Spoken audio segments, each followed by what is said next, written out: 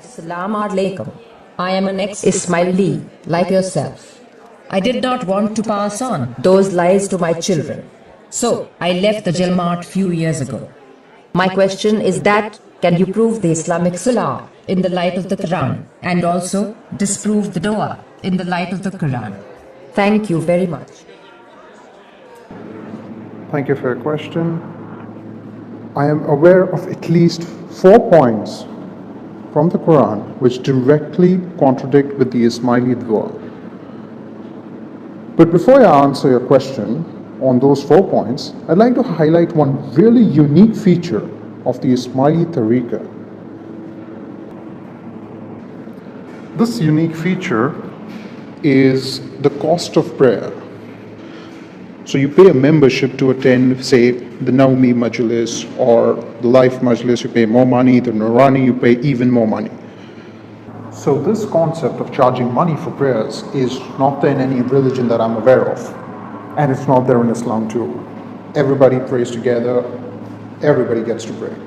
Because prayers is the right of the rich and the poor. God does not judge you on the amount of money you have. But in the Ismaili tariqah, you pay money to pray. Now coming to your main question, does the Ismaili dua contradict with the Quran? The answer is yes, in at least 4 aspects as I mentioned, and I'll take each of these aspects one by one. So the first aspect is the wash before the prayer.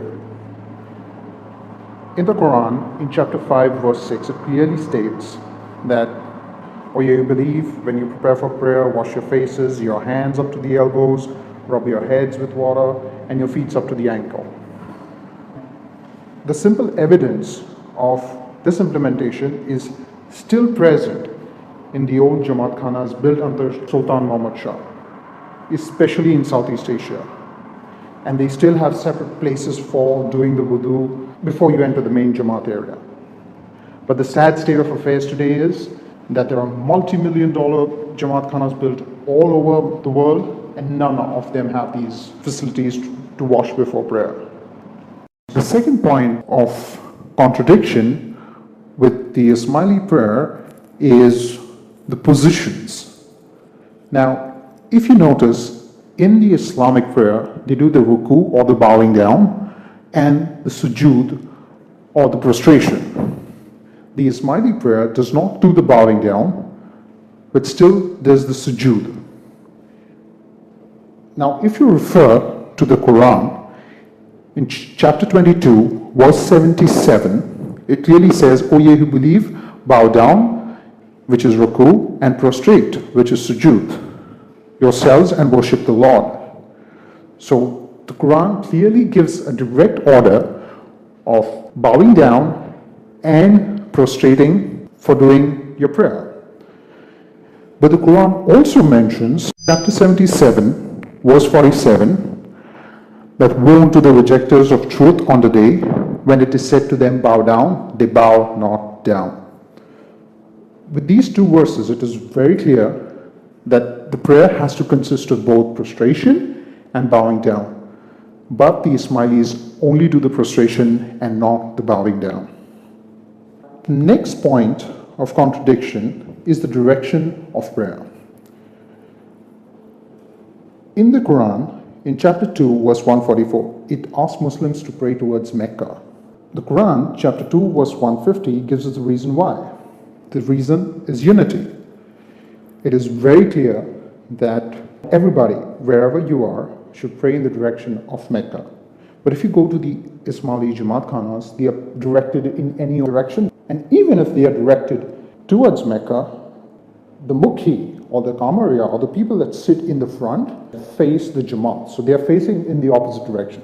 So even if the entire Jamaat is facing towards Mecca, the mukhi and the kamaria and the kamariyanima and the mukhiyanima are all facing towards the Jamaat, which is opposite of Mecca. But in most cases, the Jamaat Khanas are directed in any direction. There is no specific direction. As an institution, the Ismaili Jamaat does not pray towards Mecca, which is in direct contradiction with chapter 2, verse 144. And the next point of contradiction is the number of times a normal Muslim prays and the number of times the Ismaili Jamaat prays.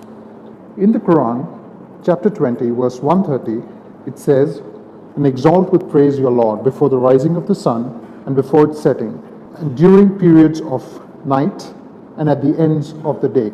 It's dual plural. Arabic has a dual plural, so it's two ends of the day. So this verse is very clear, and it gives us 5 distinct times to pray. Now there's another verse in chapter 11, verse 114, where the Quran says, "And establish prayer at the two ends of the day and at the approaches of the night." And the next verse would be chapter 30, verse 17. "So glorify Allah in the evening and in the morning, praise due to Him alone in the heavens and the earth, and in the afternoon and at the declining of the day." This talks about 4 times. So totally I have given you 3 verses. One talks about 5 times, one talks about 4 times, one talks about 3 times. There are also verses that talk about 2 times, and so on. Let me give you an example here. So if your teacher says, "Do your math homework," and then later says, "Do your geography homework," does that mean that you only do the geography homework or only do the math homework? No, it means you do both. So similarly, when in the Quran it says, "Pray at so and so time," and then in another verse it says, "Pray at so and so time," you have to pray at all the times totally mentioned. If you collect all the verses together, the distinct number of times that the Quran mentions is 5. So you pray 5 times. But if you see the Ismaili Jamaat, they pray 2 times. Many people will try to make you believe that no, we do pray 3 times. It was the case during the beginning of Karim Aga Khan, but it's not the case anymore. The count of prayers directly contradict with the Quran. And finally, one last point I'd like to bring to your notice. If you ask any Muslim, whether Ismaili or non-Ismaili, which is the biggest sin in Islam, and all of Muslims will say associating partners with God. That is, trying to say someone is equal to or has the powers of God. Now, if you notice, in the Ismaili dua, they say the first surah of the Quran, where it says, "Iyaka na'budu wa iyaka nasta'in," which means you I worship and you I ask. But after the dua is over, you will notice that the Ismailis, they ask from Aga Khan saying, "Ya Noor Maulana Shah Karim al-Hussaini Hazri Imam, give us health, give us wealth, give us happiness," and so on and so forth. And the whole Jamaat together says Ameen to that. Now this not only contradicts with the Quran, this contradicts with the first part of the dua itself, which is associating Aga Khan equal to God, where he can answer your prayers. The truth is, he is another human being, just like you and I, and he has no powers as compared to Almighty Allah. And this is one thing I would request every Ismaili to ask themselves, whether they want to pass down these values to our children. Hope that satisfactorily answers your question.